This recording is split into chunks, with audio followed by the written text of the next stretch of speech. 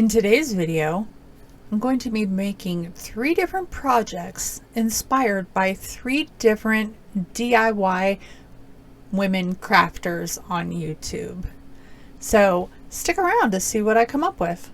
DIY number 1.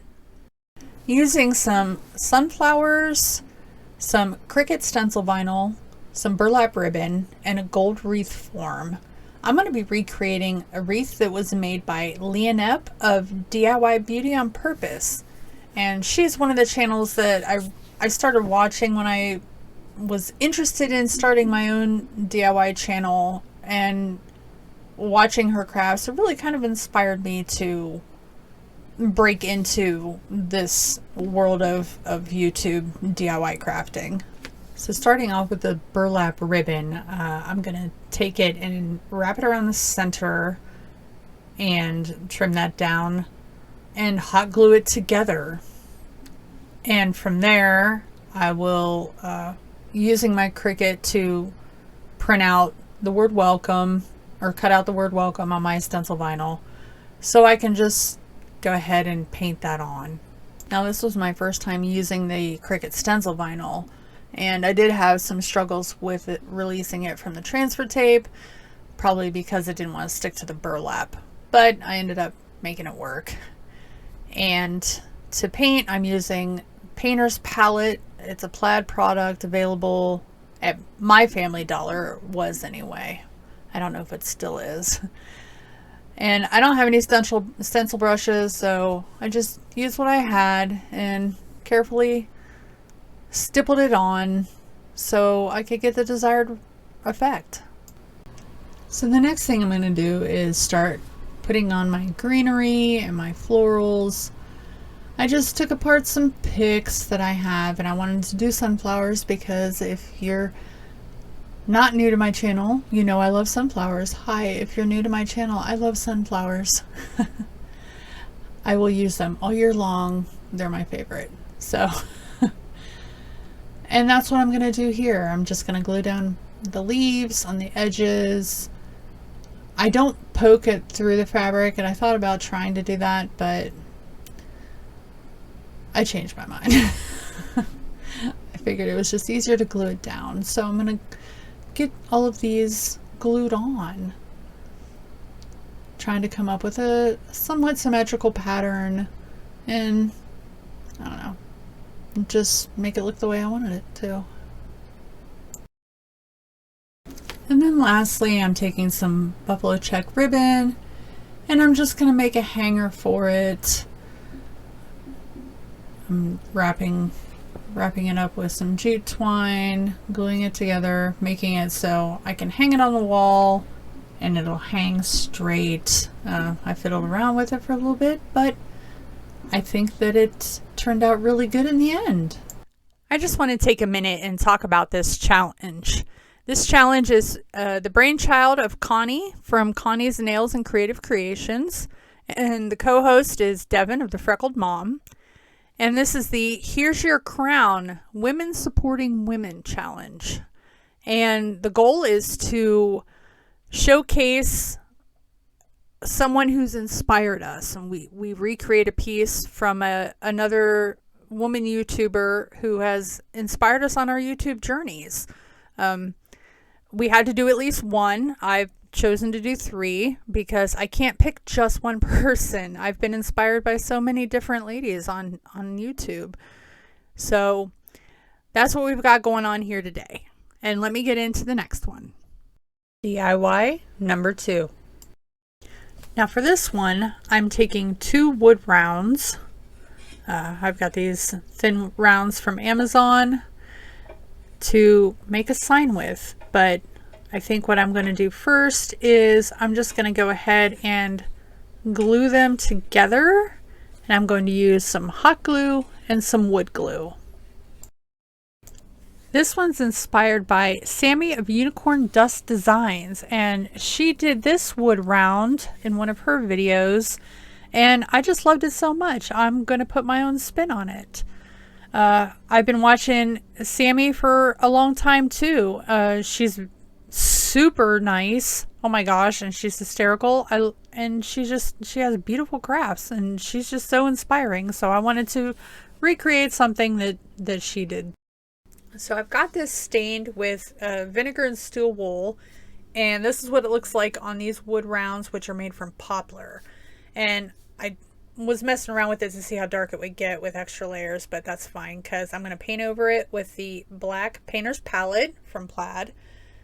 And I've got my Scotch 3M painter's tape. This stuff is fantastic. I recommend it highly.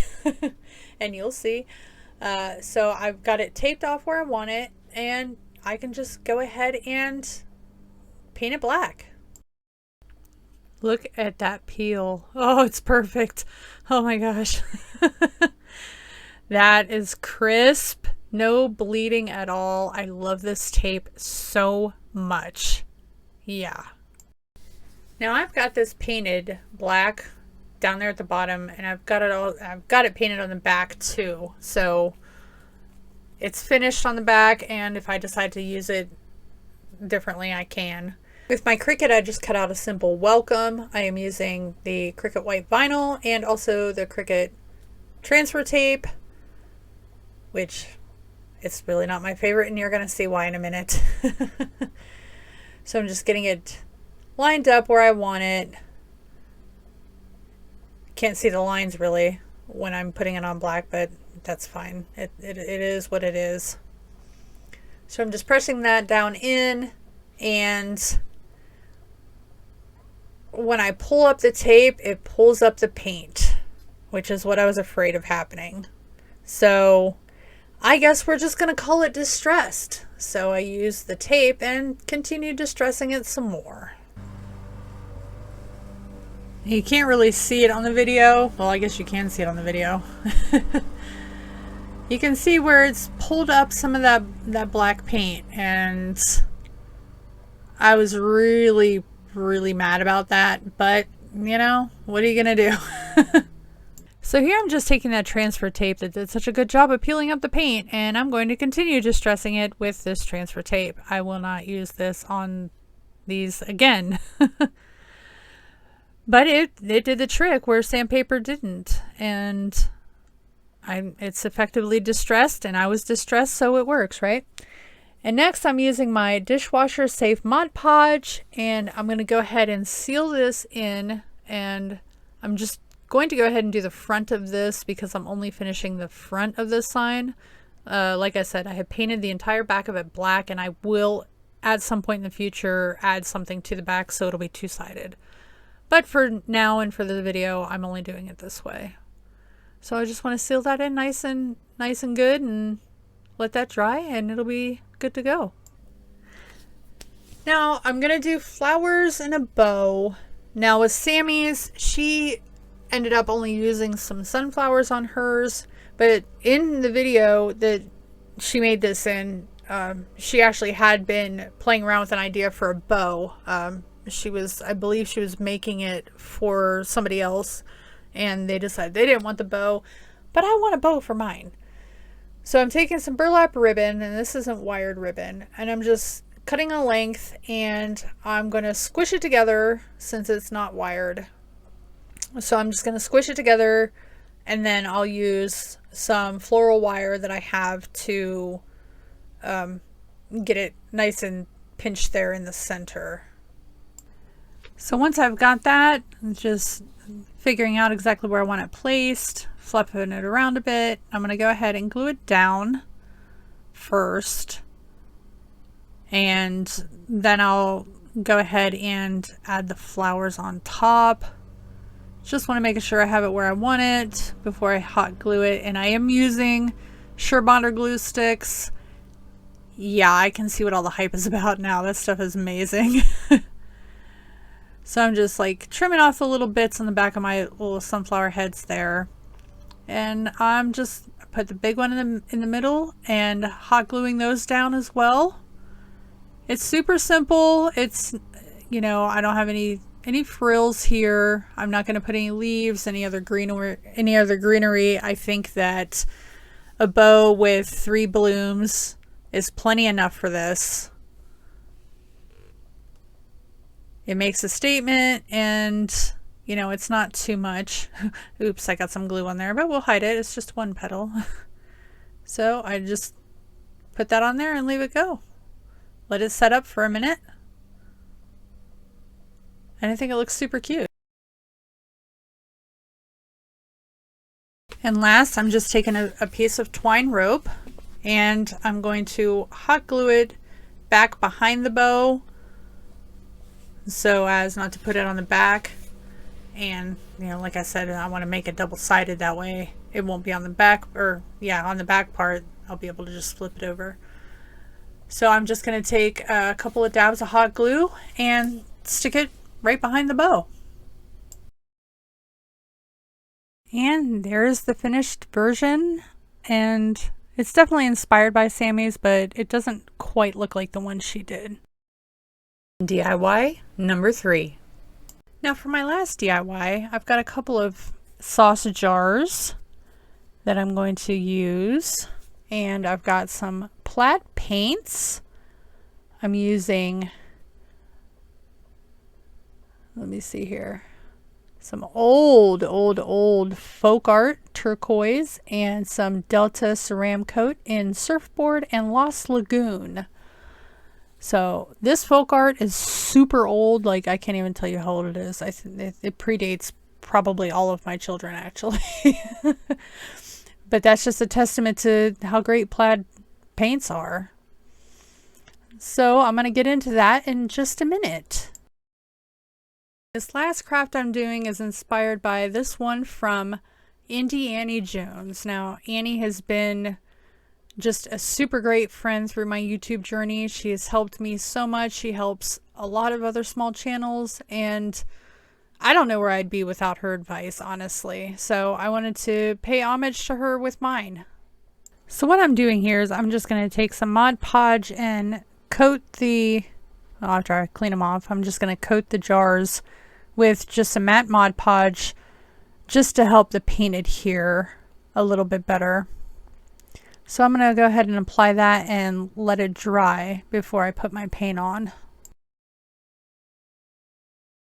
Now what I did here is I'm mixing the folk art turquoise with the Waverly chalk paint and plaster. I didn't want it to be too dark. I was really kind of going for that, you know, the Tiffany color, which I covet. And I wanted it to be, you know, good coverage, so that was why I mixed it with the chalk paint.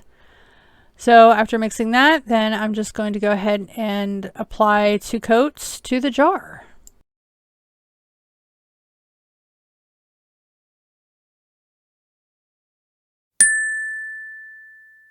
The first one is all dry, and it's got close to the color I was looking for, so I just covered my paint. And now what I'm going to do is I'm going to add some of this Lost Lagoon, the Delta Ceram coat, and I'm going to add it to what's there and mix that up for a different color for the second jar.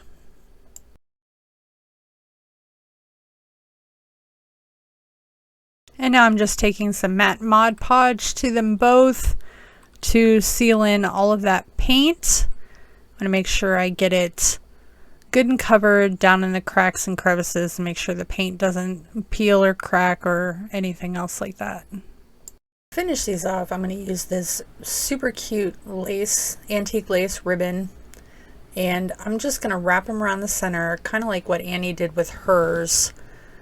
And I have just enough to do 2 of them. And I'm going to layer this burlap ribbon over the top of it. And I thought about folding it in half, but I wasn't sure that was going to look right. So I just went ahead and left it the regular size. So I'm just going to wrap it around the center of these and glue them down. I don't have them glued to the jar because I want to be able to, you know, maybe take them off, change that ribbon or something later.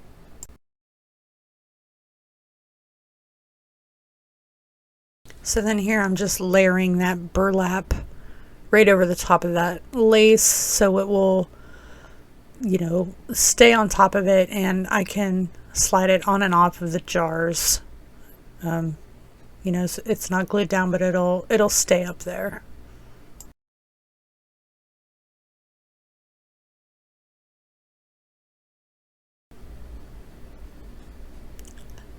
Alright, those two are done for that part, and I'm just going to use this thin twine to make some little shoelace bows to put in the centers, or in the top center, and I'm going to call these done. I didn't add flowers because I'm going to put flowers in, and you'll see after this. But yeah, this is my version of the ones that Annie did. I've just really had a lot of fun with this challenge, and this is something that we're going to be doing monthly, so I've got a lot of creators to look at and see what I can come up with. Here's the final result of all three of them together, and if you can't tell, my theme is sunflowers. But yeah, I think it's super cute. I really had a good time with this. Thank you so much to Connie and to Devin for this challenge and being such a great support system for all of us lady DIYers on YouTube. The links for Connie and Devin will be in the description box below, as well as the link to the playlist. So go check out all the other videos and make sure you spread the YouTubey goodness with likes and comments, and don't forget to subscribe if you like what you see. Thank you guys so much for watching. Take care, y'all. Bye.